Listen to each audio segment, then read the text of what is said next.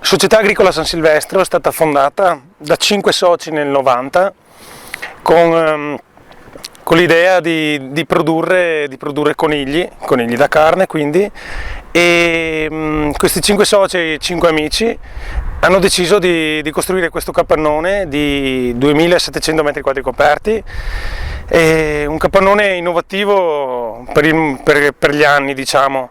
È stato un capannone fatto su misura per produrre il più possibile con i materiali di allora. Purtroppo la conicoltura italiana ha vissuto dal 2011 al 2015 dei cambiamenti epocali, diciamo. Le aziende, come erano strutturate, non potevano più andare avanti, non potevano più avere il reddito per mantenere un benessere dell'allevatore e delle proprie famiglie.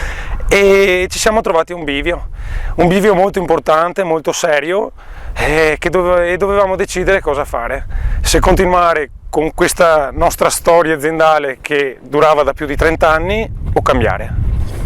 PSR ci ha dato una spinta molto importante nella nostra azienda.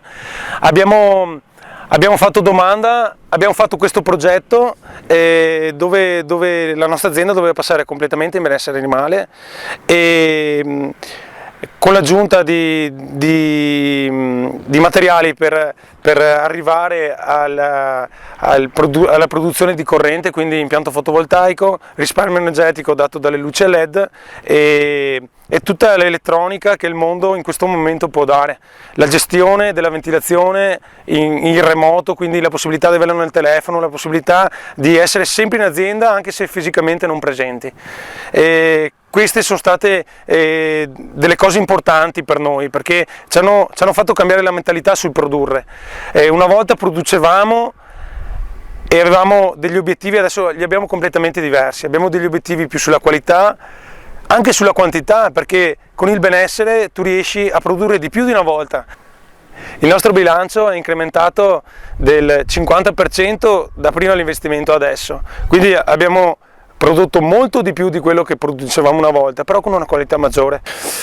Il futuro dell'agricoltura in Veneto è un futuro roseo, però bisogna cambiare la mentalità, perché deve essere una mentalità molto più aperta, non deve essere una mentalità chiusa da Veneto come una volta, purtroppo. Io arrivo in azienda con mio papà e mio cugino di un'età di 30 anni in più di me, quindi con mentalità completamente diversa, e mettere assieme queste due cose è stato molto difficile, però ce l'abbiamo fatta.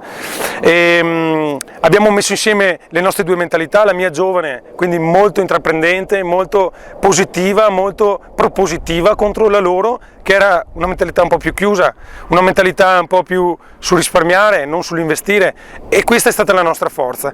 In Veneto le aziende che riusciranno, dal mio punto di vista, che riusciranno a svoltare, a girare verso questa strada che è l'innovazione e la qualità, saranno aziende che potranno andare in un futuro.